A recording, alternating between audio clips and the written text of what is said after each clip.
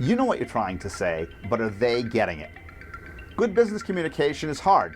Whether you're preparing for an international presentation or lunch with that good old client of 20 years, the process is anything but straightforward and certainly far more complex than what necktie to wear for lunch. Or not. On this episode of The Language of Business, we'll talk with 4 executives about their different business communication styles. This is The Language of Business with Greg Stoller. Think it's possible to be known on 6 continents for doing the exact same thing? How about if those skills transfer effectively across different cultures? We'll go to Singapore to find out. But first, she spent 30 years in the same industry. She obviously does her job well, but so much of her success is because she effectively recruits, hires, and trains good people to surround her. Melanie Calzetti-Spahr, welcome to Language of Business. Thank you, Greg. It's great to be here.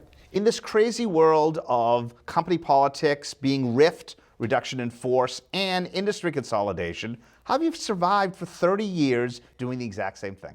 I think it's working smart.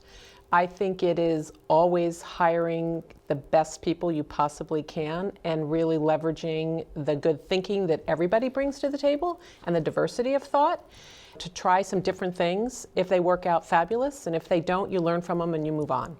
But it sounds so cliche to say hire the best people. What does that really mean to you? 30 years is a long time. There are people who are afraid to hire people who are smarter than they are. They go for the B team. You really need to go for the A team. You need to look for people who think creatively, who think differently, who bring a different skill set to the table. I like people who are really smart but aren't cocky. They're not arrogant about their intelligence. And you need to have people who are comfortable in their own skin. Let's talk about the nuts and bolts of business communication, the focus of this segment. Email or in-person communications? Oh, it depends on the circumstances. When you think about the millennial generation, you can't go on a college campus without noticing what kind of an impact this has had. You walk on campus between classes and everybody's head down on their smartphone. There are times where that's great, and there are times where you really need to think about doing it in person. Email communications are perfect if you want to reach a lot of people, if you want to get your message out quickly. If you want to capture the essence of something and make sure it lives forever, because as we know, electronic communications never die. But there are times when in-person communications are better. Nuance is lost in email. You sometimes can send an email and people don't know if you're joking or if you're serious, and they can interpret it the wrong way. There are times when you have bad news to deliver. I always like to do that face-to-face because you can see how the person receiving that information is processing it. And there are just sensitive topics that I think you don't cover in an email. Client problems, spin, or honesty?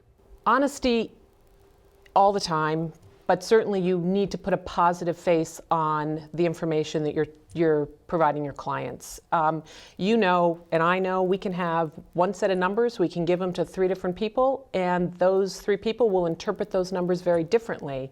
So that means you can take a set of facts and you can put them in a positive perspective for clients, and I think that's what's really important. You always want to make sure you're being transparent, you're being honest, but you also want to make your communications as optimistic as you can. Do you always have to be consistent with your communication? Yes, you do. Consistency is really important. When you're dealing with businesses, obviously you're dealing with goals and objectives, and if they form the framework around which you communicate, that's a built-in sort of set of parameters that you can work with. But I also think in order to ensure consistency and understanding of communications, I like to think of it from 3 angles. You need to know your audience, you need to watch your audience, and you need to talk simply. Knowing your audience means, how does this person like to hear information? Do they like it in written form? Do they like it verbally? Do they a lot of data, a little bit of data, charts, no charts? Are they visual responders? Watching your audience means always being aware of their body language. Are they with you as you're communicating to them or not? Do they give you the furrowed brow look, which means they've got a little skepticism? So you've always got to be alert to that, and you've got to be willing to change course as appropriate. And simple talk is just that. I've been around so many people who get caught up in their words, and when they finish a sentence, I kind of scratch my head and go, what did they say?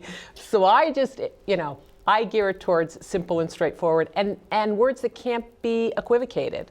Let's talk millennials. Some people love their free spirit. Other people describe them, frankly, as being royal pains in the neck. Where do you come out in that debate? Oh boy, with two daughters who both fall into that bucket, I would agree with both of those statements. Very diplomatic of you. And there's a time for both. I think they can really challenge you to think differently, which is wonderful. They just have an understanding of changes in our technology and how to use those in ways that are so different from how we people who've been involved in business for a long period of time, we all learn from each other. They're learning from us and we're learning from them. And that's the great thing, sort of this whole concept of reverse mentoring.